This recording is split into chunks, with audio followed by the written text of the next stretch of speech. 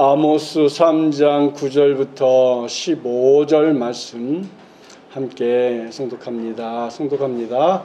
아스돌의 궁궐들과 애굽 땅의 궁궐들에 선포하여 이르기를, 너희는 사마리아 산들에 모여 그 성 중에서 얼마나 큰 요란함과 학대함이 있나 보라 하라.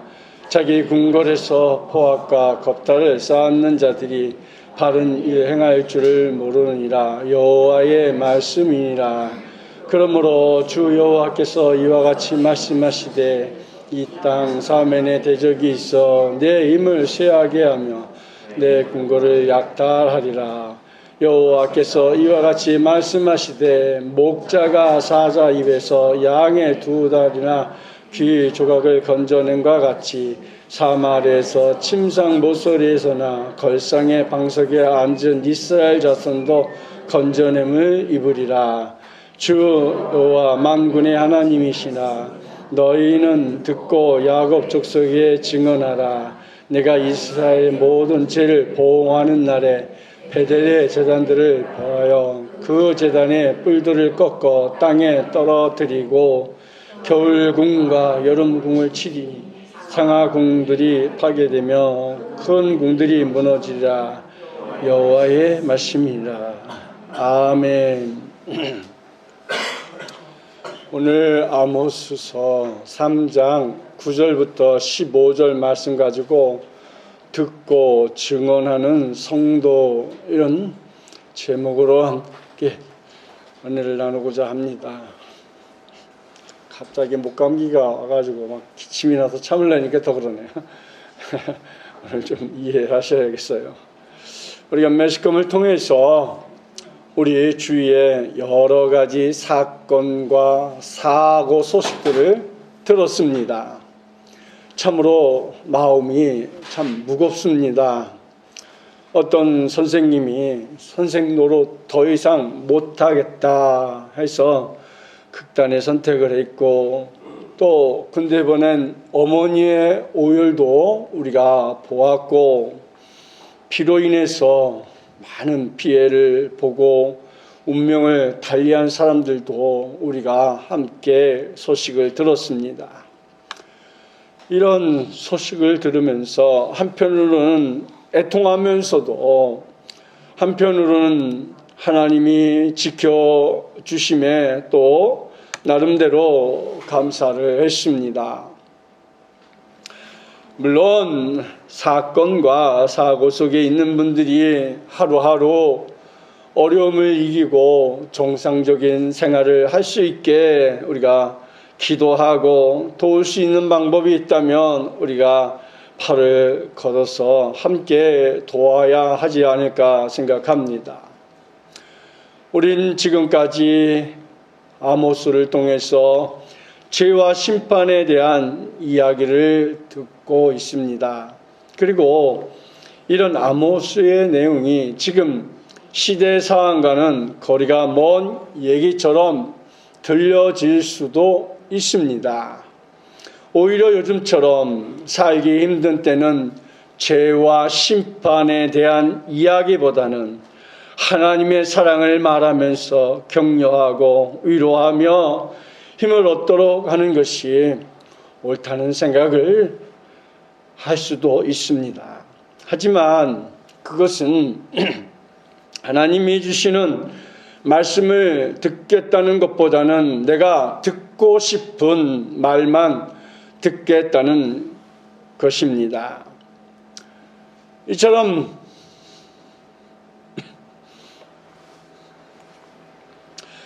듣고 싶은 말만 듣고자 하는 사람을 위해 등장한 것이 바로 거짓 선지자였습니다. 또한 이단들이었습니다. 거짓 선지자들은 죄와 심판에 대해서는 입을 열지 않고 평안하다, 잘 될 거다, 부강할 것이다만 외칩니다. 하나님이 무엇을 자기 안위의 수단으로 삼고자 하는 것입니다. 이것이 오늘날 교인들이 듣기를 원하는 말을 하고자 하는 목사와 다르지 않을 것입니다. 교회를 자기의 안위의 수단으로 여기고 또 사람에게 인기를 얻어 신뢰를 받는 그런 것을 중요하게 생각하는 그런 교회들이 있다는 것이지요. 그러므로 자연히 사람의 길을 거스리는 말을 할 수 없습니다. 그러면서 말씀을 전한다는 명목으로 자신을 주의 종이라고 부르겠지만 성경에 등장하는 주의 종은 복음을 위해서라면 사람들에게 배척도 받고 돌에 맞아 죽는 것도 마다하지 않는, 한마디로 자신의 안위에는 관심조차 없다는 것을 우리에게 다시 한번 가르쳐주고 있습니다. 오늘 아모스 3장 1절부터 8절 말씀 지난 시간에 우리가 봤습니다. 이스라엘에 대한 하나님의 심판의 필요성을 강조했습니다. 그리고 오늘 본문에서 이스라엘의 죄악성을 열거하고 그에 대한 심판을 선언합니다. 아모스 선지자는 자신의 예언 사역이 하나님의 부르심에 의한 신적인 권위가 있는 구체적인 심판을 선언합니다. 특별히 이스라엘의 상류층에 속해 있는 궁궐에서 일어난 일들을 지적함으로 1차적으로는 지도자들에게 책임을 묻고 있습니다. 오늘 본문 9절 10절 말씀에 보면 이렇게 기록하고 있습니다. 아스돌의 궁궐들과 애굽 땅의 궁궐들에 선포하여 이르기를 너희는 사마리아 사람들에 모여 그 성중에서 얼마나 큰 요란함과 학잠이 있나 보라 하라. 자기 궁궐에서 포악과 겁탈을 쌓는 자들이 바른 일 행할 줄 모르느니라. 여호와의 말씀이니라. 이 말씀에서 볼 수 있듯이 이들이 하나님의 말씀을 벗어난 행위라고 지적하고 있습니다. 아스돗과 애굽은 이방 나라입니다. 그런데 이 이방 나라에 아모스를 보내서 그들에게 사마리아 산에 모여 그 성중에서 얼마나 큰 요란함과 학대함이 있나 보라고 합니다. 사마리아에 잘못된 것이 있다면 아모스를 보내서 책망하라고 하시면 되는데 이스라엘에게 자신들의 죄를 바라보라고 하시면서 왜 굳이 이방인을 등장시켜서 사마리아의 죄에 대해 판단하고 평가하게 하시느냐는 것입니다. 이것은 인간의 속성을 배경으로 이해할 수 있습니다. 사람은 항상 자신에 대해서는 늘 관대합니다. 또 스스로 자기를 보호하려는 그런 본성들이 있습니다. 이런 이유로 자신의 악을 인정하기 쉽지 않습니다. 더군다나 혹 나름대로 도덕적인 선을 행하는 사람이나 종교적인 열심이 있는 사람이라면 자신의 악함을 본다는 것이 쉽지 않을 뿐더러 제3자를 통해 죄에 대해 책망을 받아도 인정하지 않는 것입니다. 그래서 예수님이 바리새인들의 죄에 대해 책망하셨을 때에 반발한 이유도 거기에 있습니다. 바리새인들은 나름대로 의를 실천한 사람들이라고 여겼습니다. 유대계 안에서 누가 봐도 정말 정직하게 올바로 똑부러지게 신앙생활하는 사람들이었습니다. 그러므로 그들이야말로 구원받은 사람이고 하나님이 택한 선민임을 의심하지 않았습니다. 그런데 예수님은 그들을 가리켜 마귀 자식이라고 말까지 합니다. 바리새인들은 자신들의 시각에서는 자기들이야말로 철저한 신앙인이었기 때문에 예수님의 말씀을 인정할 수 없다고 생각했던 것입니다. 성경을 보면 바리새인들은 죄인들을 가까이 하지 않았습니다. 문둥병나 소경, 병자, 저주 아래 있는 자로 여기고 그들을 멀리 했습니다. 이 역시 그들 입장에서는 자신들의 거룩을 지키는 신앙의 행위라고 생각했던 것입니다. 그래서 죄인들 가까이 하고 병자를 고치는 예수님의 일 또한 이해하지 못하고 그것 때문에 예수님의 메시아됨에 대한 의심을 가지기 시작했고 예수를 어떻게 하면 이제 죽일까를 논의하게 이르게 됐던 것입니다.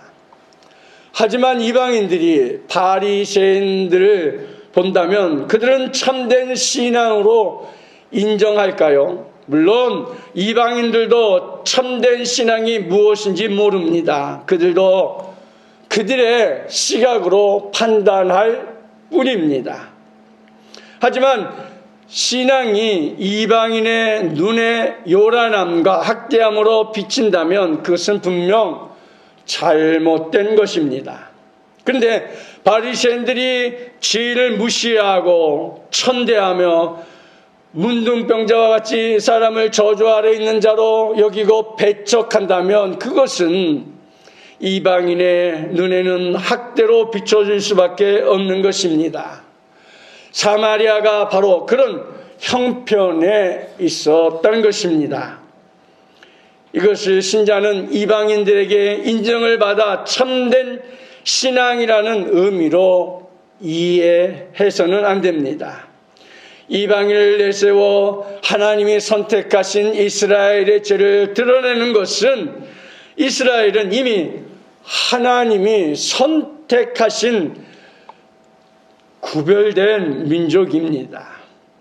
구별성을 상실한 채 이방인의 죄와 동일한 죄를 범하고 있다면 그 또한 이방인과 다를 바가 하나도 없는 것입니다. 이스라엘은 제사장 나라입니다. 하나님의 거룩한 백성으로 하나님의 소유된 나라임에도 불구하고 그들에게는 이방인과 동일한 죄만 주님의 눈에 보일 뿐입니다. 이스라엘은 이스라엘만의 독특성을 잃어버린 채 이스라엘의 존재 의미를 상실해 버렸습니다.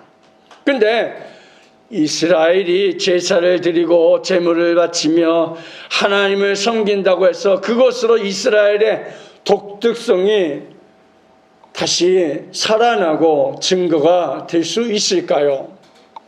이방 나라를 세워 이스라엘의 요란함과 학대함을 보게 함으로써 이스라엘의 존재 의미를 상실한 채 이방과 동일한 모습으로 살아가는 이스라엘을 향해서 책망하고 있는 것입니다. 현대 교회도 다르지 않다고 생각합니다. 교회는 하나님의 거룩한 사람들의 모임입니다. 하나님이 택하신 거룩한 신자가 모였기 때문에 세상의 모임과는 다른 독특성을 가지고 있어야 합니다. 그것은 세상의 것을 불어보지 않고 하늘의 것을 불어보는 것입니다. 세상의 것이 힘이 아니라 예수 그리스도가 힘이라는 것을 믿는 믿음으로 우리가 나아가야 하는 것입니다. 이 독특성이 존재하는 교회에서는 약자가 무시받는 것이 없어야 합니다. 땅의 것을 힘으로 여기지도 않습니다. 모든 약자, 강자 모두 다 똑같이 하나님의 자녀일 뿐입니다. 이방인과 다른 독특성이 있습니다. 이 독특성을 상실한 교회는 교회로 간주되지 않고 이방인으로 취급될 것입니다. 아무리 나름대로 신앙생활이라는 것을 한다 해도 하나님이 보실 때 바로 신앙이 바른지 아니면 껍데기 교인인지 우리는 생각해야 하는 것이지요. 오늘 본문 12절 말씀을 보면 이렇게 기록합니다. 여호와께서 이와 같이 말씀하시되 목자가 사자입에서 양의 2마리나 귀 조각을 건져낸 것 같이 사마리아에서 침상보소리에서나 걸상의 방석에 앉은 이스라엘 자손도 건져냄을 입으리라. 이 구절이 이스라엘을 건져냄, 즉 죄에서 구원하시겠다는 뜻으로 이해할 수 있지만 목자가 사자 입에서 건져낸 것은 여러분 잘 보십시오. 양의 2다리와 귀 조각일 뿐입니다. 온전히 양을 건져낸 것이 아닙니다. 목자는 사자에게서 양을 구한 것이 아니라 양이 사자에게 잡혀 먹었다는 흔적, 증거물을 이제 건져낸 것뿐입니다. 따라서 이스라엘을 건져낸다는 것은 그들을 구원하신다는 것이 아니라 이스라엘이 하나님에 의해 철저하게 심판을 받아 멸망한 그 흔적을, 증거물을 건져낸다는 뜻으로 우리는 이해해야 합니다. 다시 말해 이스라엘의 철저한 심판을 하나님은 예고하고 있는 것입니다. 왜냐하면 그들은 이스라엘의 독특성, 구별성을 잃어버린 채 하나님의 거룩한 나라를 증거하지 못하고 이방인과 동일한 죄 가운데 있었기 때문입니다. 사도는 이스라엘에게 이 사실을 증거합니다. 그들이 자기 신앙생활에서 자신들의 죄와 현실을 깨닫기 위한 말이었던 것입니다. 그래서 13절부터 15절 말씀을 쭉 보면 이스라엘 종교적 중심지인 베델과 사치스러운 궁궐들에 대해서 재차 심판을 예고하고 있습니다. 13절 말씀 보겠습니다. 주 여호와 만군의 하나님의 말씀이라 너희는 듣고 야곱의 족속에게 증언하라. 아멘. 여러분이 하나님의 말씀을 통해서 듣고자 하고 얻고자 하는 것이 무엇입니까? 우리 귀에 솔직한 얘기들, 우리 귀에 정말 듣기 좋은 그런 소리들, 이런 것입니까? 아니면 때로는 이렇게 아모스 선지자를 보내서 하나님께서 특별한 계시의 말씀으로 주시는 이런 말씀들을 우리가 가감없이 듣고 우리가 우리의 신앙을 다시 한번 되돌아볼 수 있는 그런 신앙의 모습들이십니까? 신자는 하나님의 말씀이 그대로 자신에게 증언되기를 소원해야 합니다. 그래서 미처 헤아리지 못하고 깨닫지 못했던 죄가 낱낱이 드러날 수 있어야 합니다. 우리는 하나님 앞에 죽어야 하는, 정말 우리는 하나님 앞에 하나도 내 것이라 주장할 수 없는 그런 연약한 자들입니다. 귀를 즐겁게 하는 하나님의 말씀은 성경 66권 어디에도 없습니다. 말씀이 즐거움이 되어 다가온다면 그것은 죄인의 자리에서 예수 그리스도의 은총을 발견했기 때문에 그것이 우리에게 말씀으로 역사하는 것입니다. 아모스서 3장 14절에 보면 내가 이스라엘의 모든 죄를 보응하는 날에 베델의 제단들을 벌하여 그 제단의 뿔들을 꺾어 땅에 떨어뜨리고, 여러분 베델의 제단을 벌하여 그랬어요. 베델은 구약의 야곱 시대부터 이스라엘의 종교적 중심지였습니다. 그런데 이곳이 여로보암 1세 이후에는 우상 숭배의 중심지가 되었다고 열왕기상 12장에 기록하고 있습니다. 이처럼 거룩한 하나님의 전에서 우상을 숭배하기 때문에 하나님이 그것을 심판하였던 것입니다. 우리가 신약 성경에서 예수님도 성전을 더럽히고 매매하는 그들을 향해 강한 분노를 하셨음을 우리가 마태복음 21장 12절이나 마가복음 11장 15절이나 누가복음 19장 45절, 요한복음 2장 15절부터 16절에 보면 기록되어 있습니다. 여기에 모든 죄는 하나님의 뜻대로 살지 않고 인간적인 욕심을 가지고 살면서 하나님의 말씀을 무시한 죄를 말하고 있는 것입니다. 보응하는 날은 반드시 온다는 예언을 합니다. 그래서 우리는 반드시 올 심판의 날을 기억하면서 더욱 믿음으로 전진하는 그러한 신앙인이 되어야 하는 것입니다. 왜냐하면 하나님의 징계가 반드시 임한다는 사실을 기억해야 합니다. 호세아서 5장 9절에 보면 벌하는 날에 에브라임이 황폐할 것이라 내가 이스라엘 집회 중에서 반드시 있을 일을 보였노라. 그럼 어떤 형벌일까요? 아모스 3장 14절에서 이렇게 기록하고 있어요. 그 제단의 뿔들을 꺾어 땅에 떨어뜨리고 그랬어요. 그러니까 성전된 자신을 더럽히지 말라는 것이죠. 여러분, 여기 계신 우리 성도님들은 다 자기 몸이 하나님의 거룩한 성전입니다. 이 거룩한 성전을 잘 지키고 보호하고 믿음으로 서는 것도 매우 중요한 것이지요. 그래서 두 마음을 품은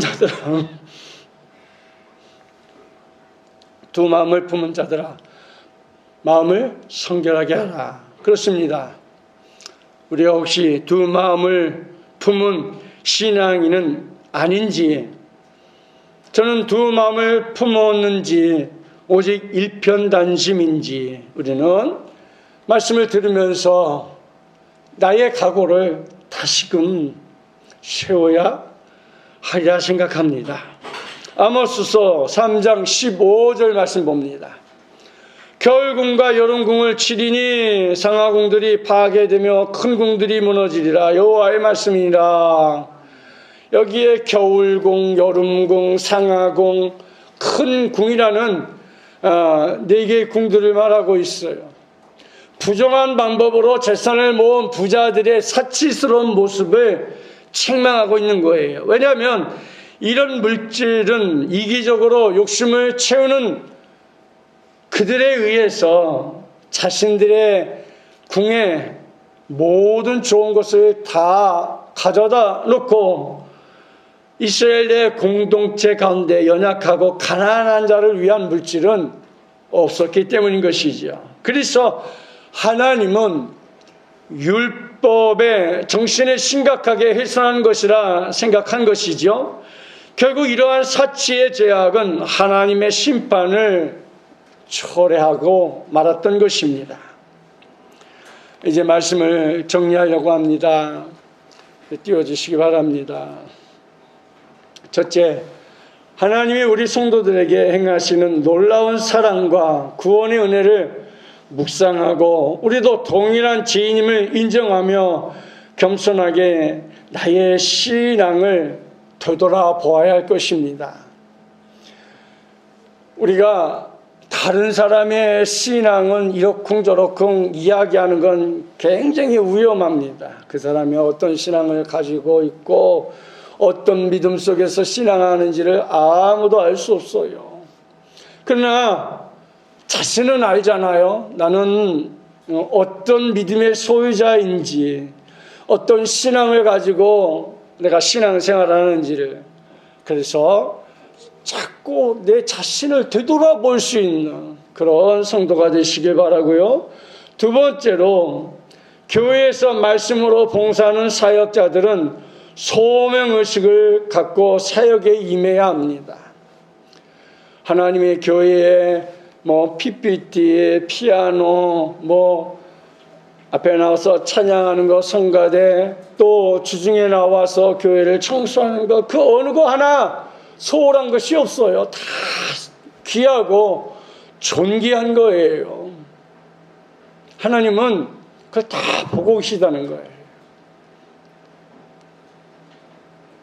저도 고등학교 때 3년을 면목동에서 건국대학까지 토요일마다 그 마스터라는 게 있어요. 오늘날처럼 이런 게 아니고 이제 이게 본을 떠서 기계로 막 돌리는 거예요. 그거를 3년을 토요일마다 견대 입고 가서 갖다 주고 기다렸다가 받아오고 그런 일을 했어요. 아마 하나님은 그런 거를 보시고 우리 한생명 비전교회 성도들은 그냥 모든 그 자리에서 자기의 맡겨진 사명을 잘 감당하고 있는 것이 아닌가, 저는 그렇게 설교 준비를 하면서 감사했습니다. 셋째로, 성도들은 영적 생활과 윤리적 생활이 일치되어야 하는 것입니다. 믿음과 행함은 결코 분리될 수 없는 것이지요.